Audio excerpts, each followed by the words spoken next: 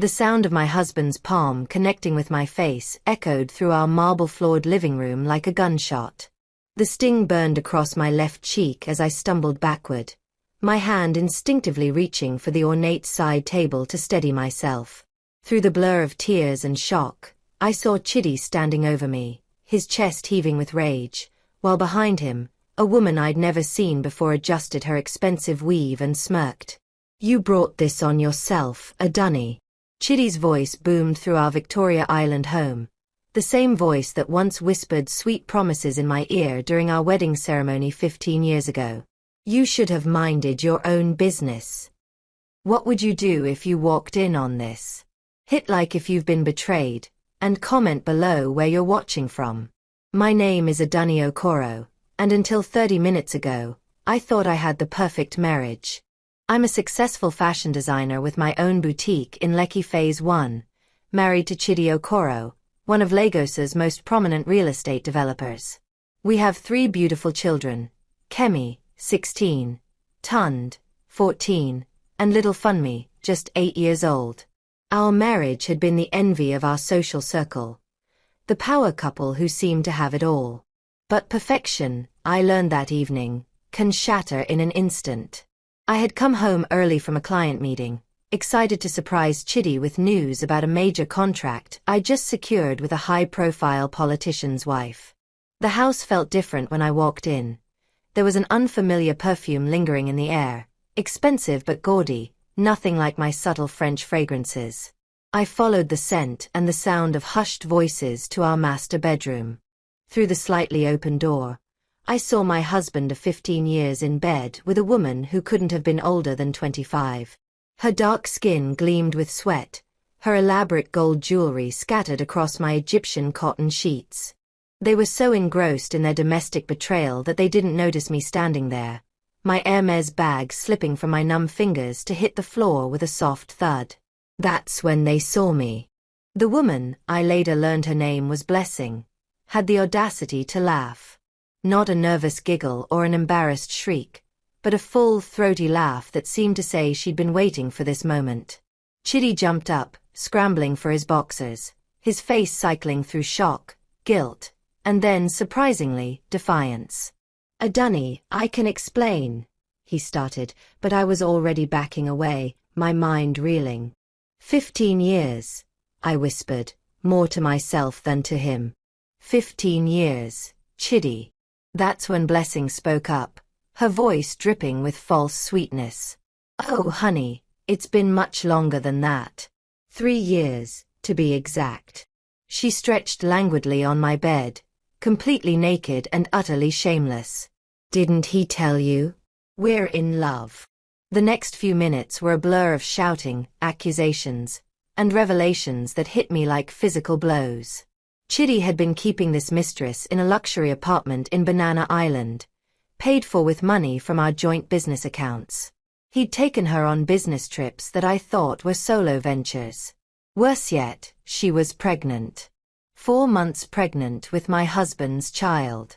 "She's carrying my son," Chidi said, his chest puffing with pride as he looked at Blessing. "Something you've failed to give me." The cruelty of that statement took my breath away. We had 3 beautiful children together, but Chidi had always wanted a 4th, preferably a son to carry on the family name alongside Tund. When we'd struggled to conceive again after Funmi, I'd blamed myself, endured countless fertility treatments, and felt inadequate as a wife. Now I knew the truth. He'd simply been trying to create the family he wanted elsewhere. That's when I made my mistake. In my hurt and fury, I lunged for Blessing, my hands reaching for her smug face. I wanted to wipe that satisfied smirk away, to make her understand the pain she'd caused. But Chidi moved faster, his large hand connecting with my face in a slap that sent me reeling. "Don't you dare touch her," he roared, his eyes wild with protective fury. For her, not for me. The physical pain of the slap was nothing compared to the emotional devastation. My husband, the man who had vowed to love and protect me, had chosen to physically harm me to defend his pregnant mistress. The man I'd built an empire with, shared a bed with for 15 years, and raised 3 children with, had just shown me exactly where his loyalties lay. As I stood there, my face throbbing and my pride shattered, something cold and calculating settled in my chest where my heart used to be.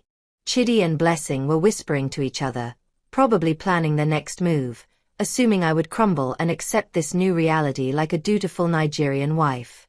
They had no idea who they were dealing with.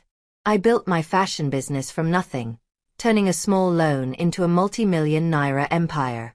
I navigated Lagos's cutthroat business world as a woman and emerged victorious. I raised 3 children while managing a career and supporting my husband's dreams. Chidi seemed to have forgotten that behind every successful man stands a woman who could have done it herself. As I watched them embrace on my marital bed, a plan began forming in my mind. Revenge, they say, is a dish best served cold. But in Lagos's sweltering heat, I was about to serve it ice cold. I picked up my bag and walked out of the bedroom without another word, ignoring their calls behind me. Let them think they'd won. Let Chidi believe his domestic betrayal would go unpunished. Let Blessing think she'd successfully stolen another woman's husband. They would learn soon enough that Adunni Okoro wasn't just any woman. And the revenge I had planned would be unlike anything they could imagine. Don't forget to like, subscribe, and turn on notifications for more gripping stories like this. What do you think happens next? Comment below. 3 days passed in a strange quiet calm that felt like the eye of a storm. I moved through our house like a ghost, preparing breakfast for the children, helping with homework, and maintaining the facade of normalcy while my mind worked furiously behind the scenes. Chidi had moved out temporarily, or so he claimed, staying at his friend's place while we figured things out. Of course, I knew exactly where he was. The Banana Island apartment wasn't hard to find when you knew the right people and had the right connections in Lagos's real estate circles. The children sensed something was wrong, but I deflected their questions with gentle smiles and promises that Daddy was just busy with work. Kemi, my eldest, was too perceptive for her own good, watching me with those intelligent eyes that reminded me so much of my younger self. "Mama, are you and Daddy fighting?" she asked on the 3rd morning, as I braided her hair for school. "Sometimes adults have disagreements, my dear," I replied carefully, my fingers working through her thick, natural hair. "But that doesn't mean we love you any less." It wasn't exactly a lie, but it wasn't the whole truth either. The truth was that I was systematically dismantling everything Chidi thought he owned, piece by piece, with the precision of a surgeon and the patience of a spider. My first move had been to secure our finances. As a successful businesswoman, I'd never been the type to leave financial matters entirely to my husband, despite his subtle attempts over the years to take control. Our business accounts required both signatures for major transactions, but I discovered something interesting when I reviewed our statements. Chidi had been forging my signature for months. 3 years' worth of unauthorized transactions, totaling over 50 million naira, all going to support his infidelity in marriage.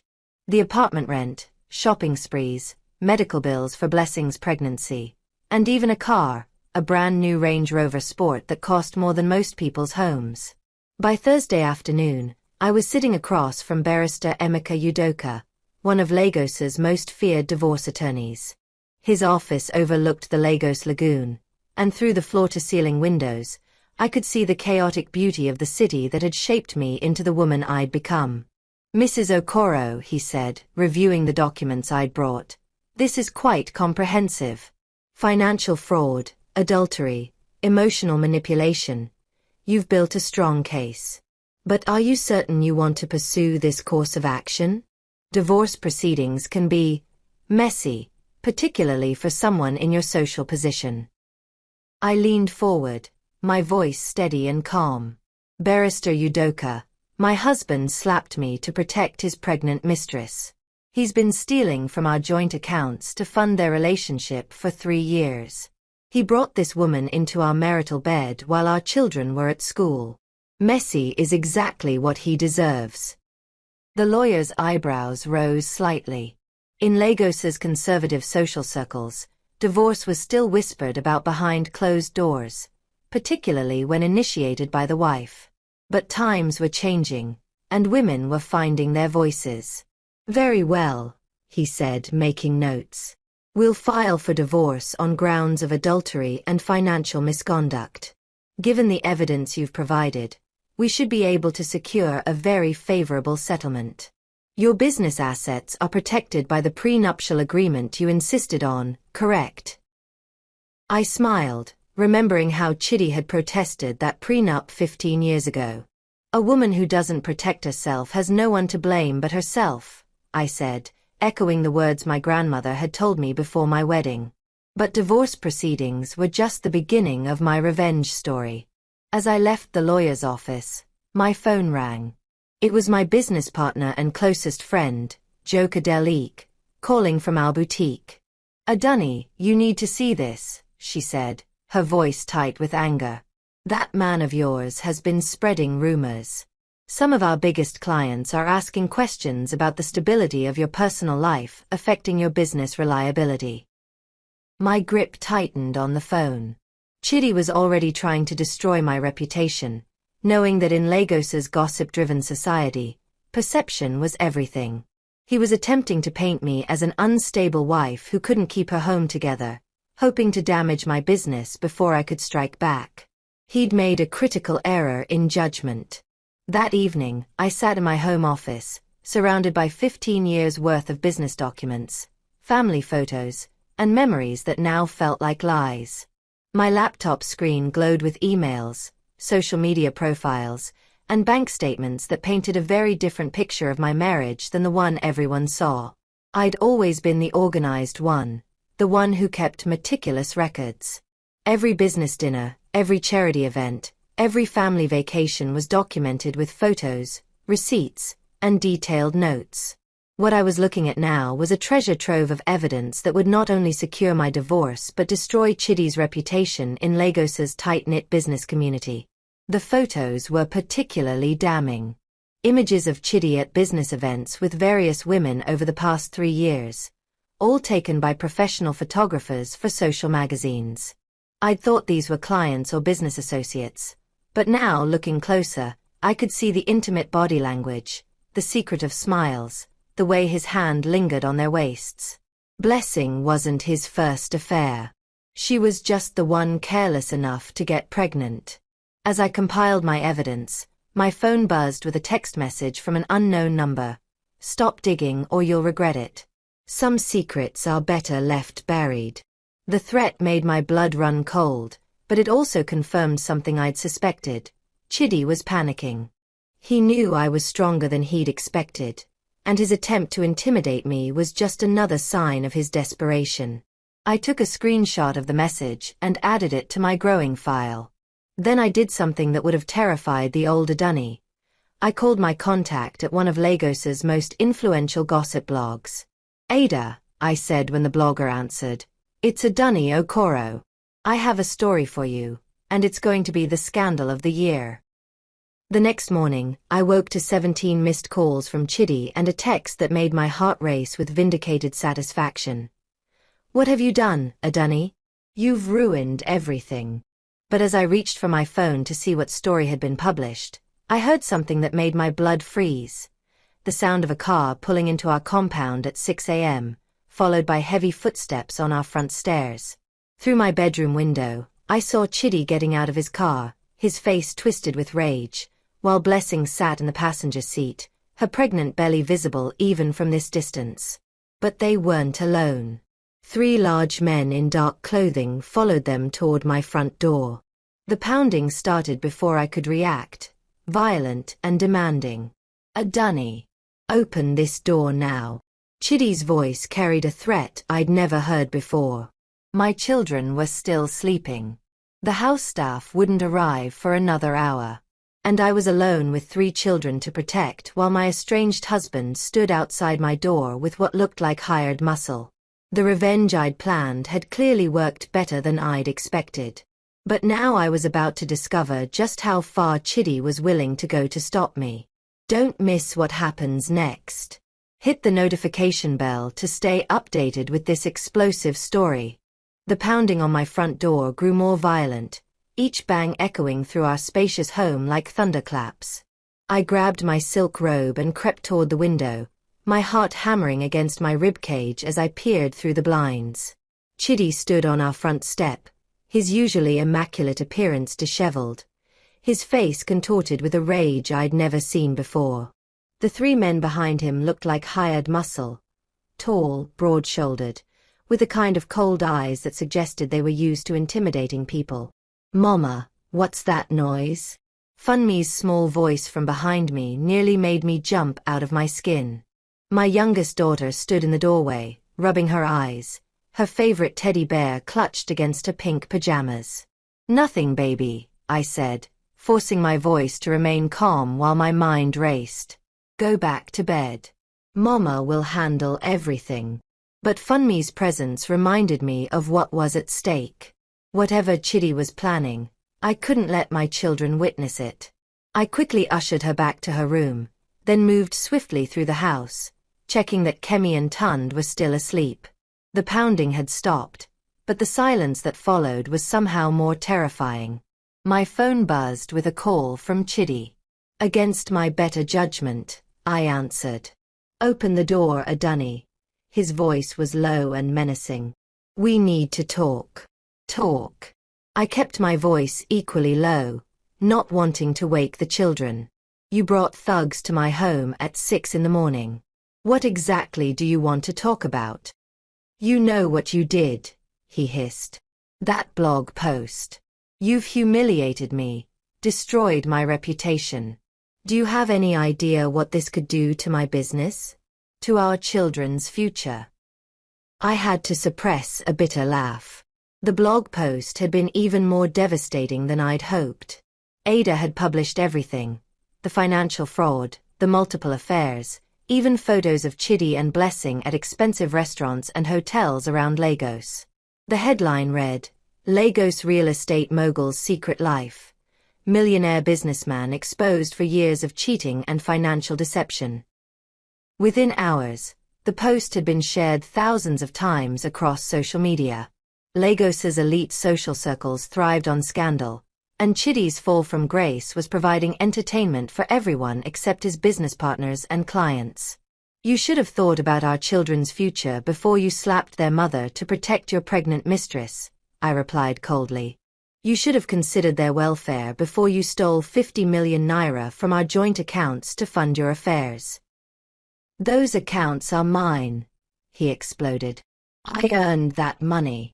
With forged signatures on my accounts. The bank security footage is quite clear, Chitty. Your handwriting expert should have done better work." There was silence on the other end, and I realized he hadn't known about the security footage. In his arrogance, he'd assumed I was just an emotional wife lashing out, not a strategic businesswoman who'd spent 3 days gathering evidence. "Open this door, Adunni," he said again, his voice now carrying a different kind of threat. "Or I'll open it myself." I hung up and immediately dialed 999, Nigeria's emergency number. But before I could complete the call, I heard the sound of shattering glass from the back of the house. They weren't coming through the front door. They were breaking in through the kitchen. My children. I had to protect my children. I ran upstairs, my bare feet silent on the marble stairs, and quickly woke Kemi.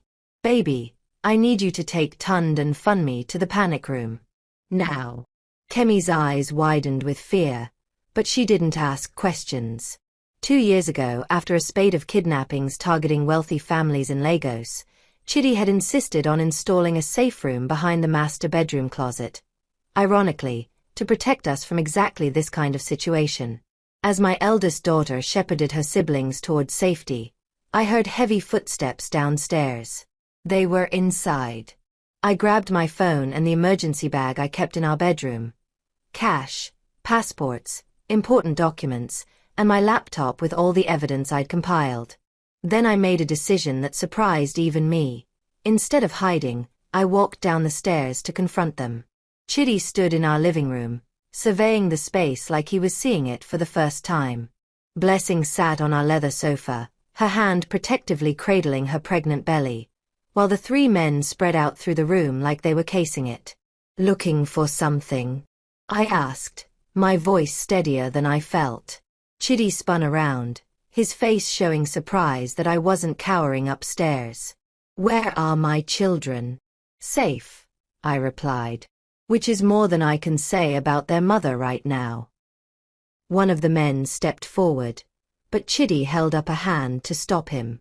"Adunni, you're going to retract that story.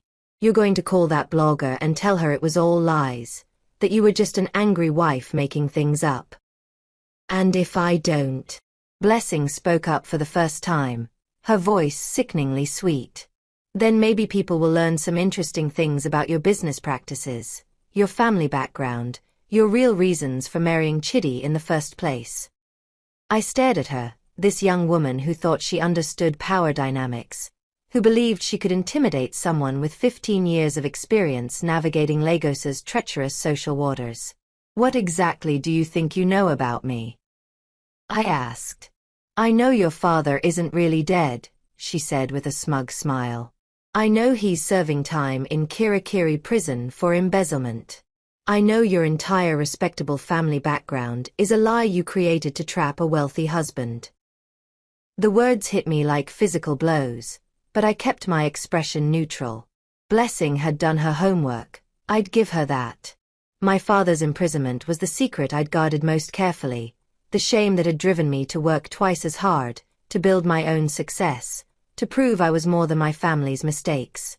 But if she thought this revelation would destroy me, she'd miscalculated badly.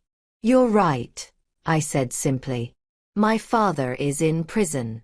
My family is poor. I married Chidi partially for financial security." I paused, watching confusion flicker across their faces. "But that doesn't change the fact that everything in that blog post about your husband is absolutely true. And it doesn't change the evidence I have of his financial crimes." Chidi's face went pale. "What evidence?" I smiled, pulling out my phone. "The evidence I already sent to the Economic and Financial Crimes Commission this morning. Bank statements, forged documents, witness testimony from your banker who's been cooperative in exchange for immunity. They should be issuing a warrant for your arrest within the hour." The room went dead silent.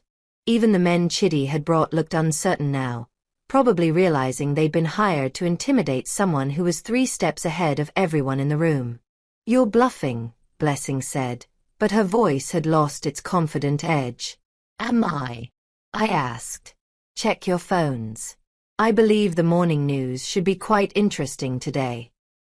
As if on cue, all of their phones began buzzing simultaneously. The look of horror that crossed Chidi's face as he read whatever message he'd received told me everything I needed to know. But my moment of triumph was short-lived. One of the men stepped forward, his hand moving to his jacket, and I realized that cornered animals are the most dangerous kind. "Nobody move," a new voice commanded from the doorway. "Lagos State Police. This house is surrounded." I had never been so happy to see law enforcement in my life. But as the police filed into my living room, I noticed something that made my blood run cold. Chidi was smiling again, and Blessing was whispering something to one of the officers. My revenge was working perfectly, but I was about to discover that in Lagos, money and connections could buy you out of almost anything. Even a house full of evidence and witnesses. Comment your thoughts on this betrayal below, and don't forget to share this story with someone who loves dramatic twists. The next few hours passed in a blur of accusations, evidence presentation, and the kind of bureaucratic chaos that only Nigerian law enforcement could orchestrate. I sat in the Lagos State Police headquarters on Victoria Island, watching through a window as Chidi and Blessing whispered urgently with their lawyer, a man I recognized as one of Lagos's most expensive and morally flexible attorneys. Detective Inspector Folake Adeyemi, the officer assigned to our case, reviewed my evidence with the kind of meticulous attention that gave me hope. She was a woman in her 40s, with intelligent eyes and the bearing of someone who'd fought her way up through Nigeria's male-dominated police force. "Mrs. Okoro," she said, looking up from the bank statements I'd provided. This is substantial evidence of financial fraud. The forged signatures alone are enough for criminal charges. But I have to ask, why didn't you report this earlier? The question I'd been dreading, because the answer revealed just how thoroughly I'd been manipulated over the years. Inspector, I trusted my husband. When I saw discrepancies in our accounts, he always had explanations. Business expenses, investment opportunities, family emergencies. It wasn't until I caught him with his mistress that I realized the pattern. She nodded, understanding. Domestic betrayal often involves financial manipulation. Women are often the last to know because they're conditioned to trust their partners with money matters. She paused, then leaned forward. But there's something else you should know. Your husband's lawyer is claiming you fabricated this evidence out of revenge. He's suggesting you created false documents to frame him after discovering his affair. My heart sank. Of course Chidi would try this approach. Paint me as the scorned wife who'd gone too far. In Nigeria's legal system, a woman's word often carried less weight than a man's, especially when money and reputation were involved. Inspector, I have the original bank surveillance footage showing him forging my signatures. I have witnesses who saw him with various women over the past 3 years. I have medical records showing I required treatment for stress and anxiety, which my doctor attributed to marital problems I was trying to hide. All of which his lawyer will claim could be fabricated or misinterpreted, she replied. Mrs. Okoro, I believe you. The evidence is compelling, and I've seen too many cases like this. But belief and proof in court are different things. Before I could respond, there was a commotion in the corridor outside. Through the glass partition, I saw Chidi being led past our room in handcuffs, his expensive suit wrinkled, his usual confident demeanor replaced by barely controlled panic. Our eyes met for a moment, and the hatred I saw there made me shiver. But it was what happened next that truly shocked me. As they led him past, Blessing appeared in the corridor, no longer pregnant. I blinked hard, certain I was seeing things. Just hours ago, she'd been cradling a 4-month pregnant belly. Now, her stomach was flat, her body showing no signs of pregnancy at all. Inspector, I said urgently. That woman, Blessing, she was pregnant this morning. Look at her now. Inspector Adeyemi followed my gaze and frowned. She called to one of the officers in the corridor, speaking rapidly in Yoruba. Within minutes, Blessing was being escorted into another interview room, her earlier smugness replaced by visible nervousness. Interesting development, the inspector murmured. Let's see what story she tells us now. 20 minutes later, Inspector Adeyemi returned with information that left me speechless. The pregnancy was fake, Mrs. Okoro. A sophisticated prosthetic device used to simulate pregnancy. When we searched her belongings, we found the entire apparatus, along with fake ultrasound images and forged medical reports. I stared at her, my mind struggling to process this revelation. But why? What was the point? According to her statement, your husband promised to leave you and marry her if she became pregnant with his child. When she couldn't conceive naturally, she decided to fake it until she could find a way to actually get pregnant or convince him to leave you anyway. The emotional manipulation was staggering. Not only had Chidi been cheating on me for years, but his pregnant mistress, the woman he'd slapped me to protect, had been lying to him as well. It would have been laughable if it weren't so devastating. There's more, Inspector Adeyemi continued. Miss Blessing has provided some interesting information about your husband's business practices. It seems he's been running multiple scams, using different women to help him defraud investors and launder money. She was just the latest in a long line of accomplices. I felt sick. My husband wasn't just an unfaithful spouse. He was a career criminal who'd been using our marriage and family as a cover for years of illegal activities.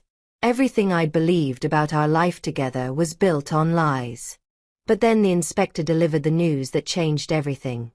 Mrs. Okoro, based on Blessing's testimony and the evidence you've provided, we're expanding our investigation. Your husband is now facing charges of fraud, money laundering, forgery, and criminal conspiracy. The EFCC has frozen all accounts associated with his business pending investigation. I should have felt vindicated, but instead, I felt hollow. My revenge was succeeding beyond my wildest dreams, but the cost was becoming clear. Our children would grow up knowing their father was a criminal. Our family name would be associated with scandal. And despite everything, I had loved this man for 15 years. As if reading my thoughts, Inspector Adeyemi said gently, "Mrs. Okoro, I know this is overwhelming. But you should know.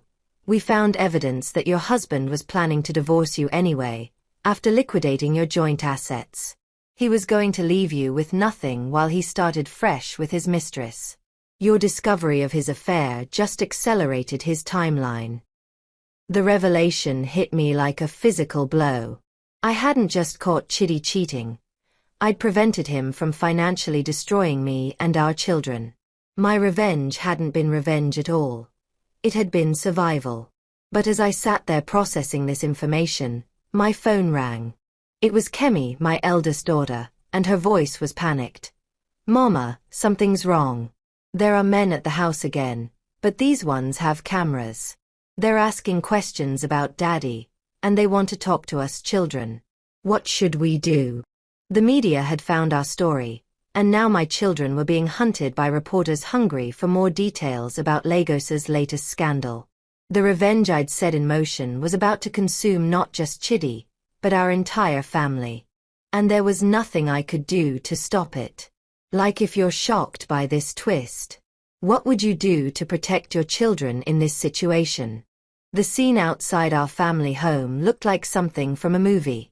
News vans lined our usually quiet Victoria Island street, satellite dishes reaching toward the sky like metallic flowers. Reporters with cameras and microphones clustered around our gate, some even climbing our fence to get better shots of the house where Lagos's biggest financial scandal of the year had unfolded. I sat in Inspector Adeyemi's police car, watching the chaos from a distance, my heart breaking for my children who were trapped inside. Through the car window, I could see Kemi peeking through the upstairs curtains, probably trying to shield her younger siblings from the circus below. "This is getting out of hand," I murmured to the inspector. "My children don't deserve this public disgrace." "Mrs. Okoro, I'm afraid this is just the beginning," she replied grimly. "When the EFCC releases their full report on your husband's activities, this story will get much bigger. They've uncovered a network of fraudulent businesses, fake investments, and money laundering operations that goes back almost a decade. Your husband wasn't just stealing from you. He was stealing from dozens of investors across Lagos." The weight of this revelation settled over me like a heavy blanket. All those years when Chidi claimed to be working late, attending business meetings, traveling for deals, he'd been systematically defrauding people, using our family's reputation and our home as collateral for his schemes. How many people did he hurt? I asked, though I wasn't sure I wanted to know the answer. So far, we've identified 47 victims who lost a combined total of over 2 billion naira to various schemes he orchestrated. Pension funds, small business owners, even a children's charity that invested their fundraising money with him. 2 billion naira. The number was so large I couldn't even process it. Chidi hadn't just been having an affair. He'd been running a criminal empire, and I'd been unknowingly providing him with the perfect cover of respectability. My phone rang again. This time it was Joke, my business partner, and her voice was strained with worry. "Adani, you need to see the news. They're saying your boutique might be connected to Chidi's money laundering. Some of our biggest clients are being questioned by the EFCC. Our bank has frozen our business accounts pending investigation." I closed my eyes, feeling the walls closing in around me. My business, the one thing I'd built independently, the source of my pride and financial security, was being dragged down with Chidi's criminality. "Joke, You know I had nothing to do with his illegal activities, I said desperately. I know that, but the media doesn't care about facts. They're running with the story that you were either complicit or incredibly naive. Either way, it's destroying our reputation. 3 of our biggest clients have already cancelled their contracts. After hanging up, I stared at the chaos outside our home and realized that my revenge had backfired spectacularly. I'd wanted to expose Chitty's infidelity and make him pay for his betrayal, but I'd unleashed something much larger and more destructive. His crimes were so extensive that everyone associated with him, including me and our children, was being painted with the same brush. Inspector Adeyemi received a call on her radio, then turned to me with a grim expression. Mrs. Okoro, I'm afraid I have more bad news. Your husband has been granted bail. What? I turned to stare at her in disbelief. How is that possible? You said the evidence against him was overwhelming.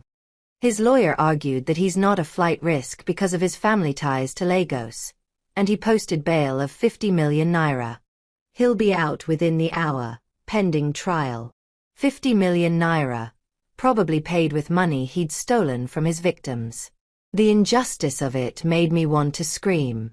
Inspector, he threatened me yesterday morning. He brought hired men to my home and broke in. What's to stop him from doing it again? We can arrange for increased patrols around your home, but legally, there's not much more we can do unless he violates his bail conditions. As if conjured by our conversation, my phone buzzed with a text from Chidi. You've destroyed everything, Adunni. Our family, our reputation, our children's future. I hope you're satisfied with your revenge. But this isn't over.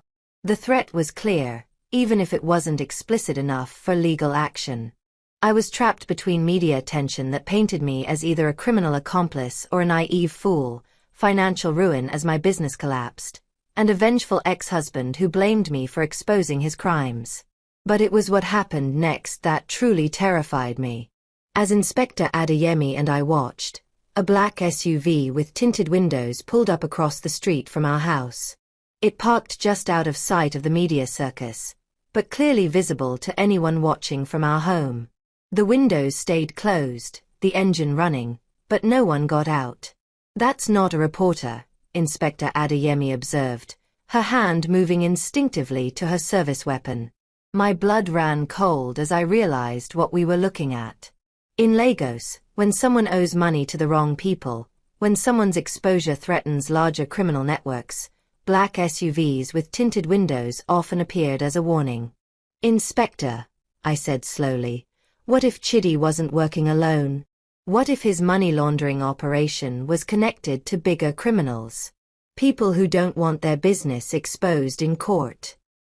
She was already reaching for her radio when the SUV's door opened and a man in expensive traditional attire stepped out. He was middle-aged, well-dressed, but there was something about his bearing that suggested violence lurked beneath his polished exterior. He looked directly at our police car, smiled coldly, and made a gesture across his throat. Then he got back in the SUV and drove away.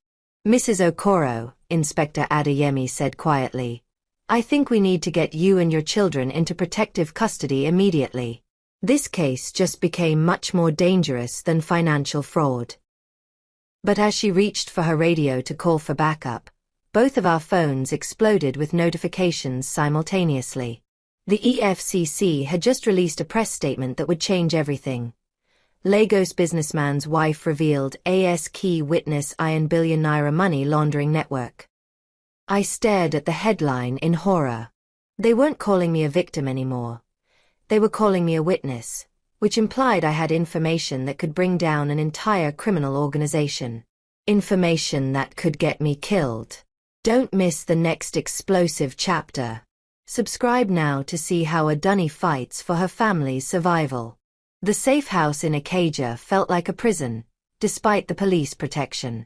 For 3 days, my children and I had been confined to this nondescript 2-bedroom apartment, watching our lives unravel on every news channel in Lagos. The EFCC's revelation that I was a key witness had transformed me from vengeful wife to potential target overnight. Kemi sat by the window, her 16-year-old face etched with worry that no child should carry. "Mama, when can we go home? When will this be over?" I wished I had answers for her. The truth was, our home was no longer safe, and I was beginning to understand that my revenge had exposed something far more sinister than a cheating husband. Chidi had been a small player in a massive criminal network, and my evidence had threatened to bring down people with the power and resources to make problems disappear permanently. Inspector Adeyemi arrived that afternoon with updates that made my blood run cold. "Mrs. Okoro, we've made some disturbing discoveries," she said, settling into the apartment's small living area while my children played quietly in the bedroom. "Your husband's business partners include some of Lagos's most dangerous individuals. Drug money, kidnapping proceeds, political corruption funds. They were washing everything through his real estate ventures." "And they think I know about all of this?" I asked, my voice barely above a whisper. "They think you have access to records that could expose the entire network.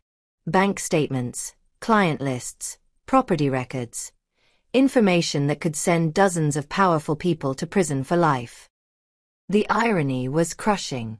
I'd spent weeks gathering evidence to expose Chidi's infidelity, never realizing I was also documenting one of Lagos's largest money laundering operations. My meticulous record-keeping, the trait that had made me successful in business, had accidentally made me one of the most dangerous witnesses in Nigeria. "Inspector, I need to know, how bad is this? Are my children in real danger?" Her hesitation told me everything I needed to know. "Mrs. Okoro, yesterday morning, 3 people connected to this case were found dead. A banker who was cooperating with our investigation, a former business partner of your husband's who agreed to testify, and—" She paused, clearly struggling with the words. "And Blessing, your husband's mistress." The room seemed to tilt around me. "Blessing is dead. Murdered in her apartment sometime Tuesday night. Professional job, no signs of struggle, no witnesses. The message is clear. People who cooperate with authorities or who know too much don't survive." I thought of the young woman who had smugly sat on my sofa just days ago, confident in her power to destroy my marriage. Despite everything she'd done, she didn't deserve to die for it. And if they could kill her so easily, my children and I were living on borrowed time. "What about Chidi?" I asked, though I wasn't sure I wanted to know. "Still alive, but he's been moved to protective custody as well. Apparently, his former partners don't trust him to stay quiet under pressure. He's agreed to cooperate fully with the EFCC in exchange for witness protection." The bitter irony wasn't lost on me. The man who had betrayed our marriage, slapped me for his mistress, and stolen millions from our accounts was now in the same situation as me, hiding from criminals he'd helped create. My phone rang, and Inspector Adeyemi tensed until she saw it was Joke calling. I answered on speaker, hoping for some normalcy in this nightmare. "Adunni, I have good news and bad news." Joke's voice filled the small room. "The good news is that 3 major clients have reached out privately to say they believe you're innocent and want to support you when this is over. The bad news is that someone broke into our boutique last night." "What did they take?" I asked, though I suspected I already knew. "Nothing. They didn't take anything. They destroyed everything. Fabric, designs, client files, computers. It looks like they were searching for something specific and got frustrated when they couldn't find it." Inspector Adeyemi and I exchanged glances. The criminals weren't just trying to silence me. They were systematically destroying any evidence I might have hidden, any records that could further expose their operations. "Joke," I said carefully, "please be very careful. Stay somewhere safe, vary your routines, and if anyone asks questions about me or my business, refer them to the police."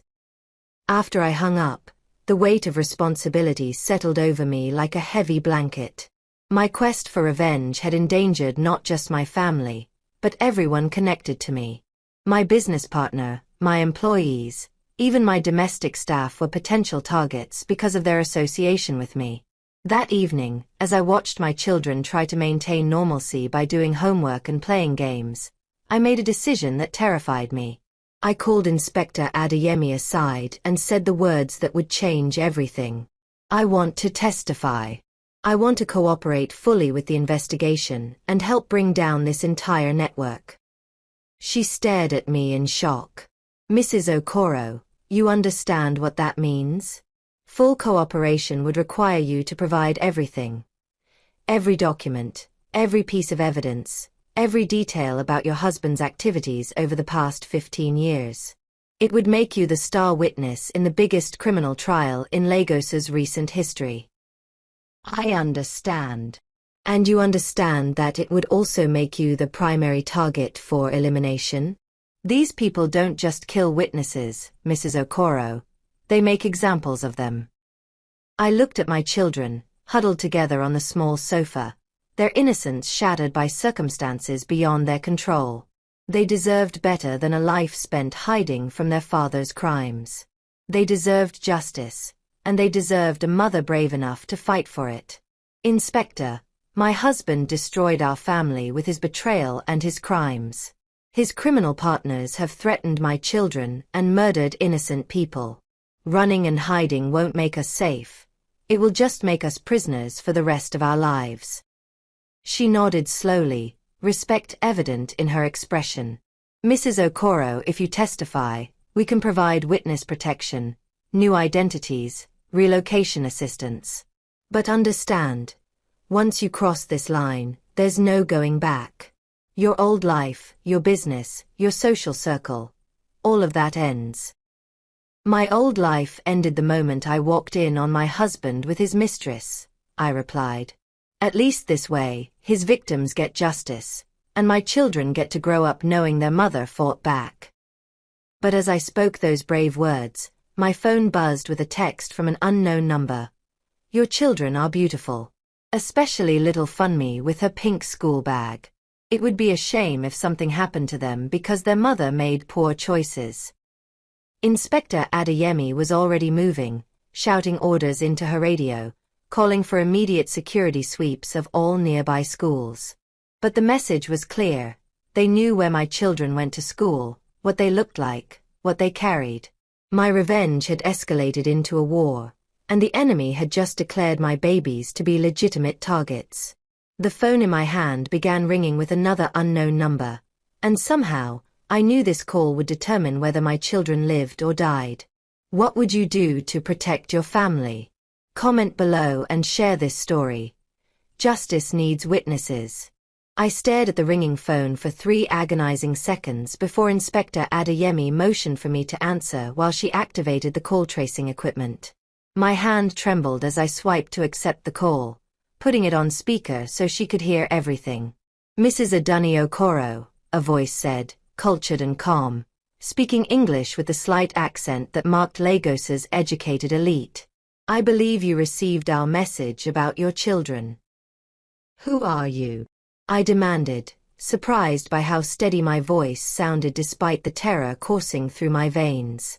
Someone who would prefer to resolve this situation diplomatically rather than through more dramatic measures.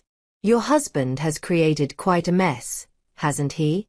And now you're threatening to make it even messier.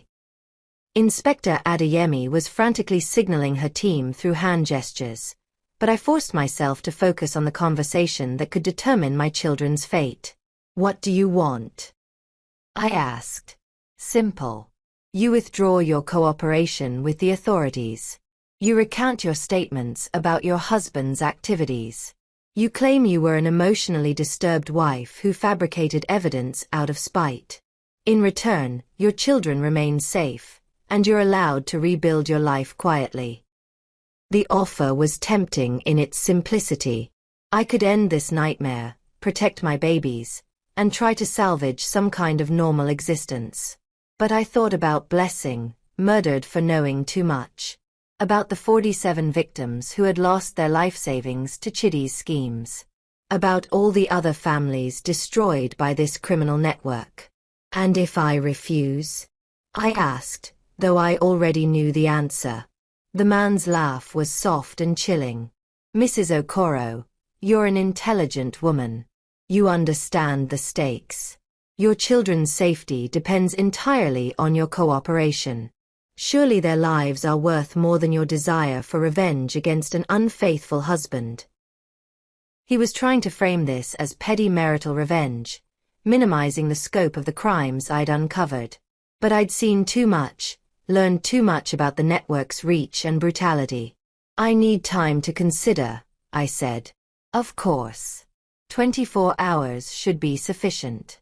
We'll be in touch tomorrow evening for your decision. The line went dead, leaving Inspector Adeyemi and me staring at each other in the sudden silence. Did you get a trace? I asked. The call was routed through multiple international servers. Impossible to trace quickly. But Mrs. Okoro, we need to discuss your options realistically. This threat against your children is credible. These people have demonstrated they're willing to kill witnesses. I walked to the window, looking out at the busy Lagos street below.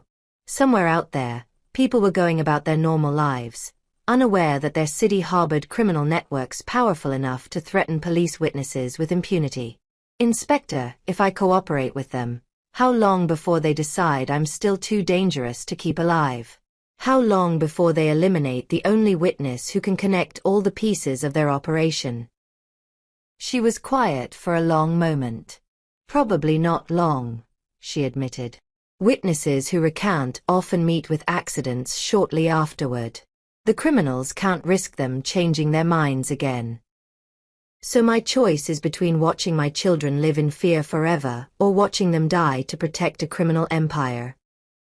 There might be a third option, she said slowly. But it would require incredible courage and perfect execution. I turned to face her. Tell me. We set a trap. We make them believe you're going to cooperate, draw them into the open for a meeting, and capture the leadership of this network. But Mrs. Okoro, if it goes wrong, the consequences for you and your children would be fatal, I finished. Inspector, these people murdered a pregnant young woman just for knowing about fake pregnancy scam. They're not going to hesitate to kill a mother of 3 who can expose their billion-naira operation. Which is why the trap has to work perfectly. Before I could respond, my phone rang again. This time it was a number I recognized. My mother, calling from our family compound in Ogun State. Mama, I answered, my heart immediately racing with new fear. Adunni, some men came to the house today. Her voice was shaky, older than I'd ever heard it sound. They were asking questions about you, about your children, about when you might visit.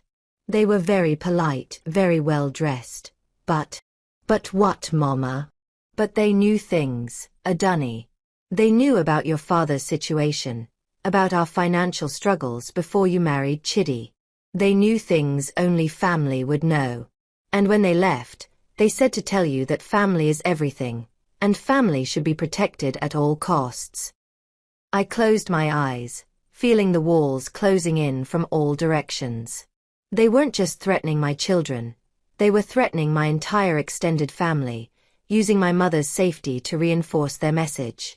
Mama, I need you to pack a bag and go stay with Uncle Taiwo in Ibadan. Don't tell anyone where you're going, and don't come back until I call you. Adunni, what kind of trouble are you in? This is about Chidi's business problems, isn't it? Just please, Mama. Go to Uncle Taiwo's today. I'll explain everything later. After I hung up, Inspector Adeyemi looked at me with something that might have been admiration mixed with pity. Mrs. Okoro, they're applying pressure from every possible angle. Your children, your mother, your business, your reputation. They're systematically destroying your life to force compliance. Then we spring the trap, I said, surprising myself with a firmness in my voice. But Inspector, I have one condition. My children cannot be anywhere near Lagos when this happens. I need them completely safe, no matter what happens to me." She nodded. "We can arrange for them to be taken to a secure location outside Nigeria if necessary. But are you absolutely certain about this? Once we start, there's no backing down." I thought about 15 years of marriage to a man who had used me as cover for criminal activities. About Blessing, barely 25 years old, murdered for playing a role in someone else's game. About my children, who deserve to grow up free from the shadow of their father's crimes. "I'm certain," I said. "But I want to record a video message for my children, in case you don't survive to explain why their mother chose justice over safety," she finished softly. As I nodded, my phone buzzed with yet another message from an unknown number. This time it wasn't a threat. It was a photo. A photo of Kemi walking out of her school, taken that afternoon despite all our security precautions. The message was clear. They could reach my children anytime, anywhere, no matter how much protection I thought I had arranged. The trap wasn't just our plan anymore. It was our only hope for survival. Hit like if you're on the edge of your seat. What do you think a dunny should do? The plan was set in motion at dawn. Inspector Adeyemi had worked through the night with EFCC officials and international law enforcement to coordinate what they called Operation Clean Sweep, an ambitious attempt to capture the entire leadership of the money laundering network in one coordinated strike. I stood in the bathroom mirror of our safe house, applying makeup to cover the stress lines that had appeared over the past week. Today, I would play the role of a broken woman, ready to sacrifice justice for her children's safety. The performance of my life, with my family's survival hanging in the balance. My children had been moved during the night to what Inspector Adeyemi described as a secure international location. I'd kissed them goodbye while they slept, whispering promises I wasn't sure I could keep. Kemi had stirred as I touched her forehead, her eyes opening briefly. "Mama," she'd murmured. "Are we going to be okay?" "Yes, baby," I'd whispered back. "Mama's going to make sure we're all okay." Now, 12 hours later, I was preparing to walk into a trap that could either free us or get us all killed. The meeting was set for 2 p.m. at the Oriental Hotel on Victoria Island, a public location that suggested the criminals were confident in their power and influence. They'd chosen the hotel's executive lounge, a space where Lagos's elite conducted business deals worth billions of naira every day. Inspector Adeyemi checked my hidden recording device one final time. "Remember, Mrs. Okoro, we need them to explicitly discuss their criminal activities, their threats against you, and their role in the murders. General conversations won't be enough for prosecution." "I understand," I replied, though my hands were shaking as I adjusted my traditional wrapper and matching blouse. I'd chosen traditional Nigerian attire deliberately. I wanted to look like a respectful wife and mother, not a threat to anyone. "Our teams will be positioned throughout the hotel, but we can't move until we have clear evidence of criminal activity on tape. No matter what they say to intimidate you, no matter what threats they make, you have to keep them talking until we have enough for arrests." The car ride to Victoria Island felt like a funeral procession. Lagos traffic had never seemed so ominous, every vehicle potentially carrying enemies, every street corner a possible ambush point. I found myself memorizing landmarks, wondering if this would be the last time I saw my city. The Oriental Hotel's lobby was busy with the usual mix of business travelers, tourists, and Lagos socialites. I made my way to the executive lounge, my heart pounding so loudly I was certain everyone could hear it. He was waiting for me at a corner table, just as promised. Middle-aged, impeccably dressed in traditional Yoruba agbada, with the kind of commanding presence that suggested significant wealth and power. 2 younger men in expensive suits sat at nearby tables, their attention focused on the entrance and exits. "Mrs. Okoro," he stood as I approached, offering his hand with the courtesy of a gentleman. "Thank you for coming. Please, sit." You have my children threatened, I said, refusing his handshake. Let's skip the pleasantries. He smiled, unbothered by my hostility. Direct. I appreciate that. Very well. You understand why we're here. You want me to lie to protect your criminal enterprise. I want you to be realistic about your situation, Mrs. Okoro. Your husband was a minor partner in a very large, very successful business operation. His indiscretions have created complications that need to be managed. I leaned forward, making sure my hidden recording device would pick up every word. What kind of business operation launders 2 billion naira through fake real estate deals? His eyes sharpened, but his smile remained pleasant. The kind that provides employment for thousands of people, Mrs. Okoro. Import businesses, construction companies, transportation services, legitimate enterprises that happen to benefit from certain financial flexibilities. You mean money laundering for drug cartels and kidnappers? I mean business adaptation in Nigeria's challenging economic environment. He paused to sip his tea, completely calm. But terminology is less important than practical considerations. Your cooperation ensures your children's safety. Your continued interference ensures their suffering. The threat was clear, but I needed more explicit admissions. What happened to Blessing? To the banker who was cooperating with police? Tragic accidents, he said, his tone suggesting they were anything but accidental.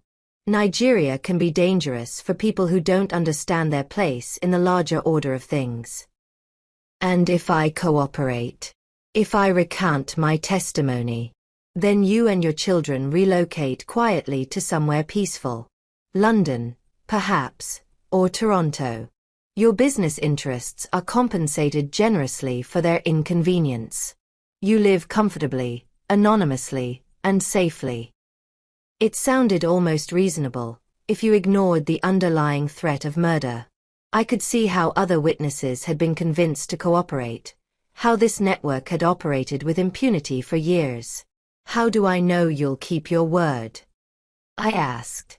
Mrs. Okoro, we're business people, not monsters. Dead witnesses create investigations. Disappeared witnesses create questions. Satisfied witnesses who've been well compensated for their discretion create stability. He was lying, and we both knew it. But I needed him to be more explicit about the murders, more detailed about the criminal operations. What about my husband? What happens to Chidi? Your husband made mistakes. Serious mistakes. He allowed personal relationships to compromise operational security. But he's agreed to be more disciplined in his future business practices. Future practices? He's supposed to be going to prison. The man's laugh was genuinely amused. Mrs. Okoro, your husband will never see the inside of a prison cell. His bail was arranged by people with significant influence in Nigeria's judicial system. His cooperation with authorities will suddenly become unreliable. Key evidence will be ruled inadmissible. Witnesses will recount or become unavailable. My blood ran cold as I realized the full scope of their corruption. They weren't just criminals. They owned parts of the system designed to prosecute criminals. And the 47 people he defrauded? The pension funds, the charity money. Business losses. Unfortunate but not uncommon in Nigeria's volatile investment climate. He leaned forward, his voice becoming more serious. Mrs. Okoro, you seem to believe you're fighting for justice. But justice is a luxury that only people with power can afford. Your husband has power. We have power. You have children who need their mother alive. It was the most explicit threat yet, and I could see him growing impatient with my questions. Time was running out for Inspector Adeyemi's team to gather enough evidence. But then he said something that changed everything. Of course, your cooperation must be complete. We'll need you to provide us with any additional evidence you might have gathered, any documents or recordings that weren't turned over to authorities. Our technical team will also need to examine your devices to ensure no copies exist. What if I've already shared everything with the police? Then you'll help us identify which officers have access to sensitive materials. Your Inspector Adeyemi, for instance, has been remarkably thorough in her investigation. Perhaps too thorough for her own good. The implication was clear. They were planning to murder Inspector Adeyemi, and they wanted my help to do it. I stood up abruptly, my chair scraping against the floor. I need time to think about this. Mrs. Okoro, his voice carried a warning. You have until tonight to provide your answer. And remember, we know where your children are. All of them. The last sentence hit me like a physical blow. They knew about the secure location. They knew where my babies had been taken for safety. As I walked away from the table, my legs barely supporting me, I realized that our trap had just become a death sentence for everyone I loved. But I also realized something else. His threats had been recorded, his admissions captured, his corruption of the justice system documented. The question now was whether Inspector Adeyemi could act fast enough to save us all before the network silenced us permanently. Don't stop now. The final confrontation is coming. Subscribe and hit the bell for the explosive conclusion. The secure phone in my hand felt like it weighed 1,000 pounds as Inspector Adeyemi's voice crackled through with news that made my world collapse. Mrs. Okoro, we have a problem. The location where your children were taken. It's been compromised. We're moving them again, but... But what? I whispered, though I already knew the answer from her hesitation. But we lost contact with the transport team 20 minutes ago. We're dispatching backup units, but Mrs. Okoro, you need to prepare for the possibility that they've been taken. The hotel room around me seemed to spin as the full horror of the situation hit me. My trap hadn't just failed. It had given these criminals everything they needed to complete their revenge. They had my children, they had evidence of my cooperation with police, and they had demonstrated that their reach extended far beyond Lagos. Inspector, the meeting was recorded, right? You got everything. Yes, we have comprehensive evidence of criminal conspiracy, corruption, and threats. It's enough to bring down the entire network, but only if we can present it in court. And only if key witnesses survive to testify. I looked out the hotel window at Lagos sprawling below me, this city that had been my home for over 2 decades, now transformed into enemy territory where my children were being hunted by murderers. What are my options? I asked, though I suspected there were none. Officially, we continue with protective custody, hope our teams locate your children, and prepare for trial. Unofficially. She paused. Mrs. Okoro, these people have resources we can't match. They've demonstrated they can reach anyone, anywhere. Your children's only hope might be if you give them what they want. The thought of surrendering, of watching criminals escape justice while children suffered for their parents' crimes, made me physically ill. But the alternative was potentially watching my own children die for my principles. My phone buzzed with a message from an unknown number. Check your email. With trembling fingers, I opened my email to find a video attachment. The preview image showed Kemi, Tund, and little Funmi sitting in what looked like an elegant living room, all 3 of them visibly frightened but apparently unharmed. I clicked play, and a familiar voice spoke from off-camera, the same cultured tone from our hotel meeting. Mrs. Okoro, as you can see, your children are safe and comfortable. They're staying in a lovely home with very kind people who are taking excellent care of them. Whether they remain safe depends entirely on your decision tonight. The camera moved closer to my babies' faces. Kemi was holding Funmi protectively while Tun sat rigidly, trying to be brave. They looked so young, so vulnerable, so completely dependent on their mother's choices. Mama, if you can see this, Kemi spoke directly to the camera, her voice steady despite her obvious fear. We're okay. But these people say they need you to help them with something important. Please, Mama, just do whatever they want so we can come home. The video ended with a close-up of little Funmi's face, tears streaming down her cheeks as she whispered, "I want to go home to Mama." I had to set the phone down before I threw it against the wall in rage and despair. These monsters were using my children's voices to manipulate me, forcing me to choose between justice and motherhood. But as I stared at the blank screen, something Inspector Adeyemi had said earlier came back to me. These people have resources we can't match. She was wrong. They had one resource I could match. They had my children, but I had something they needed just as desperately. I had evidence that could destroy them, testimony that could send dozens of powerful people to prison, and recordings that could expose corruption throughout Nigeria's justice system. More importantly, I had something they'd underestimated.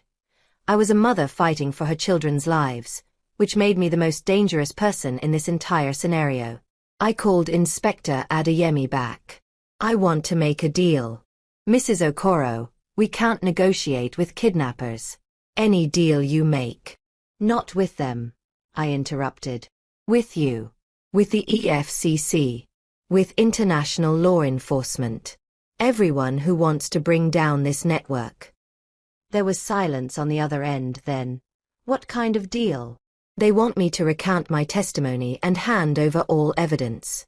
Instead, I'm going to give them something better. I'm going to give them me. But first, I need guarantees. Ironclad, international guarantees about what happens to my children if this goes wrong." "Mrs. Okoro, what are you planning?" "I'm planning to end this war once and for all. But I need to know my children will be safe no matter what happens to me. Can you arrange for them to be taken somewhere completely outside Nigeria's jurisdiction? Somewhere these criminals can never reach them." "Possibly, but..." "No buts, Inspector. Before I do anything else, my children disappear into international witness protection. New names, new lives, completely untraceable. Promise me that." After a long pause, she said, "I can make that happen. But Mrs. Okoro, what you're suggesting sounds like suicide." "Maybe," I admitted. "But it's the only way to ensure my children grow up free from their father's legacy. And Inspector, I want you to understand something. I'm not doing this just for my family anymore. I'm doing this for Blessing, who died because she knew too much. For the banker who was murdered for cooperating. For the 47 families who lost their savings to these criminals.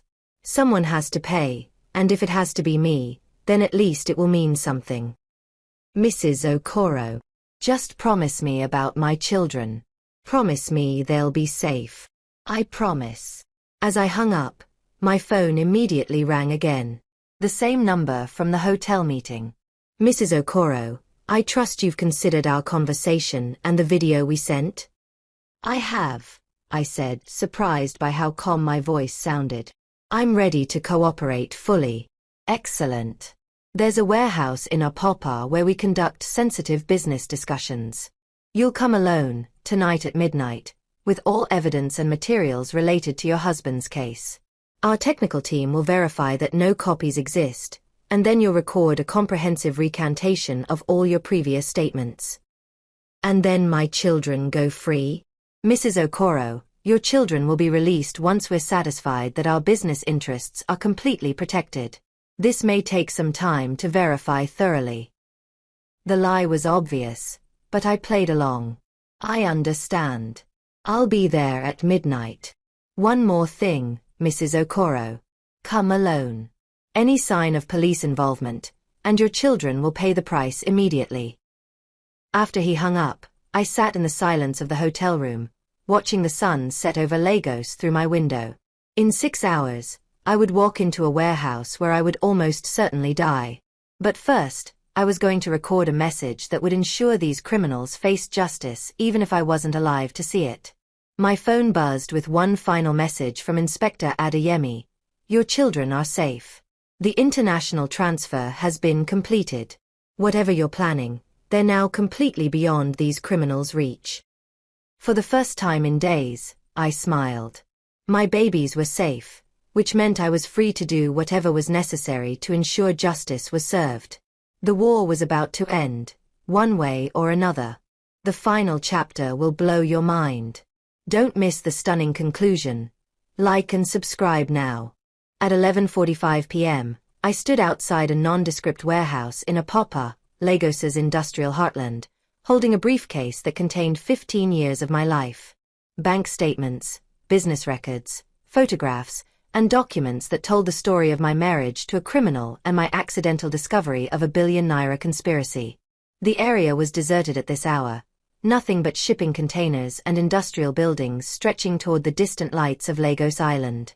The air smelled of diesel fuel and salt water from the nearby ports, and the only sounds were the distant hum of generators and the occasional truck rumbling past on the main road. I wasn't alone, though the criminals inside the warehouse believed I was. Inspector Adeyemi and her team were positioned throughout the industrial complex, waiting for my signal. More importantly, everything I was about to say and do was being broadcast live to EFCC headquarters, international law enforcement agencies, and a secure server that would preserve the evidence regardless of what happened to me. My children were safe. That knowledge gave me strength as I walked toward the warehouse entrance, where two armed men waited to escort me inside. The interior was exactly what I'd expected. A vast, empty space with concrete floors and exposed steel beams, lit by harsh fluorescent lights that created deep shadows in every corner. But what I hadn't expected was the gathering of people waiting for me. Chidi stood near the center of the space, looking older and more haggard than I'd ever seen him. Around him were at least a dozen people, men and women in expensive clothing who represented the leadership of the criminal network I'd accidentally exposed. I recognized some faces from Lagos society pages, respected businesspeople and community leaders whose public reputations masked their true activities. The man from the hotel meeting stepped forward, no longer bothering with polite pretenses. Mrs. Okoro, welcome to the end of your investigation. I trust you brought everything we discussed. I held up the briefcase. Everything is here. Bank records, correspondence, photographs, digital files, 15 years of documentation about my husband's activities. Excellent. And the recording devices you wore to our meeting. I reached into my purse and pulled out the sophisticated recording equipment Inspector Adeyemi had given me, placing it on a nearby table. Here. Though I assume you're going to search me anyway. He smiled coldly. Naturally. But first, let's discuss the scope of your cooperation. You understand that your testimony could implicate dozens of legitimate business leaders in fraudulent activities they knew nothing about. Surely you see the injustice in that. I looked around the warehouse at the legitimate business leaders he was referring to. Their faces showed no remorse, no concern for the victims of their crimes, only irritation that their operations had been exposed. I see people who built fortunes on other people's suffering, I replied. I see criminals who murdered witnesses to protect their secrets. You see successful individuals who provide employment and economic development in Nigeria, he corrected. People whose prosecution would damage hundreds of families and businesses throughout Lagos.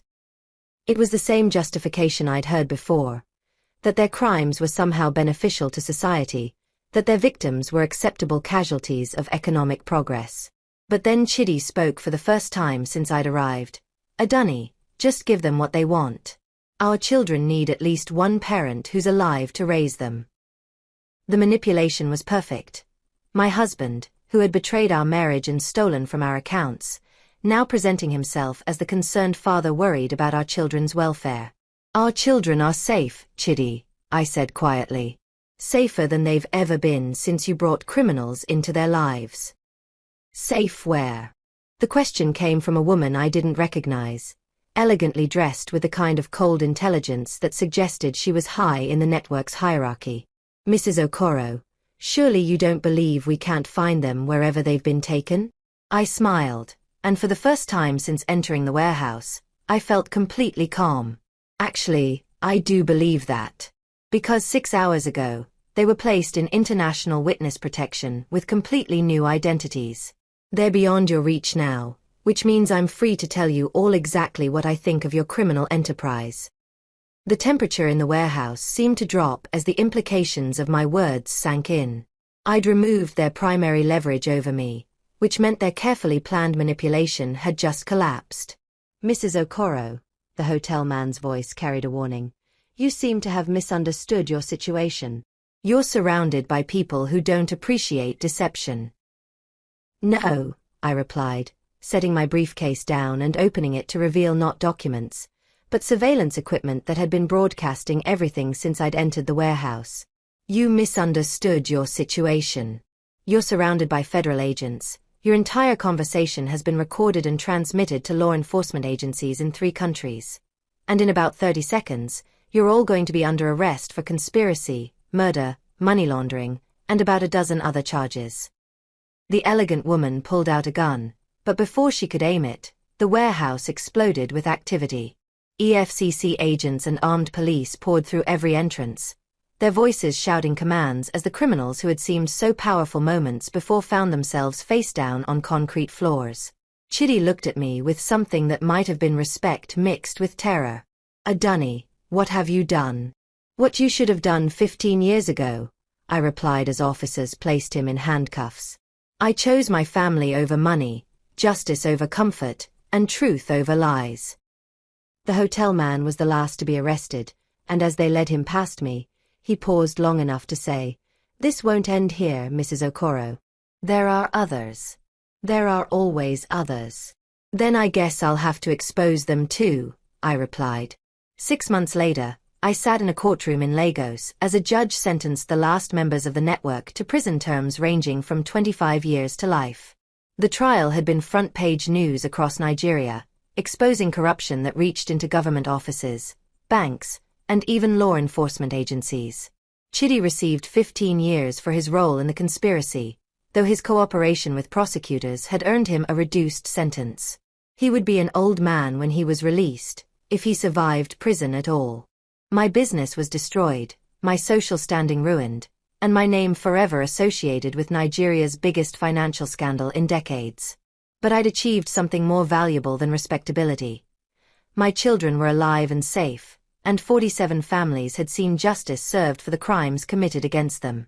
The insurance settlement from our destroyed boutique, combined with the reward money from international law enforcement agencies, had given me enough to start over somewhere new. My children were thriving in their new lives, protected by identities that no criminal network could penetrate. As for me, I discovered something unexpected in the aftermath of my revenge. I had a talent for investigation, for uncovering the truth that powerful people preferred to keep hidden. The FBI had offered me a position as a consultant on international financial crimes, and several law firms wanted to hire me to help expose corporate fraud. My marriage to Chidi was over, ended not just by his infidelity but by the revelation of who he'd really been all along. But I was no longer the naive woman who'd trusted her husband's explanations for financial discrepancies. I was someone who'd faced down killers to protect her children and won. The revenge I'd planned had been simple: expose a cheating husband and make him pay for his betrayal. The revenge I'd achieved was something far more significant. I dismantled a criminal empire, saved dozens of victims from further harm, and proven that even the most powerful criminals could be brought to justice by someone brave enough to fight back. Standing outside that courthouse on the day of the final sentencing, I received a call from Kemi. My eldest daughter was now 17, living under a new name in a safe country, but still my baby girl. "Mama," she said, her voice strong and proud, "we saw the news about the trial. You did it. You really did it." "We did it," I corrected her. "You and your brother and sister gave me the strength to fight when I wanted to give up. You saved me as much as I saved you. Are you ever going to be able to visit us?" "Soon," I promised. "Very soon.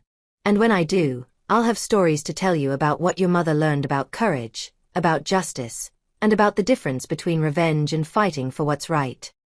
As I ended the call and walked through the streets of Lagos, my city, despite everything that had happened here, I realized that my story wasn't really about domestic betrayal or infidelity or even revenge.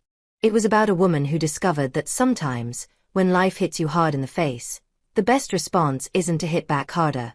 Sometimes, the best response is to stand up, gather your evidence, protect your children, and systematically dismantle everything that threatened your family's future. My husband had hit me hard in the face because of his mistress. But I had hit back with something he never expected. The truth. And in the end, the truth had been more powerful than all their money, all their connections, and all their threats. Justice served cold is still justice served. Thank you for following Adunni's incredible journey of courage and justice. If this story moved you, please like, subscribe, and share it with others who need to hear that no one is powerless against those who abuse their trust. Comment below. What would you have done in Adunni's situation? Your engagement helps stories like this reach women who need to know they're stronger than they think. Don't forget to hit that notification bell for more powerful stories of resilience and justice. Until next time, remember, the truth always finds a way to win.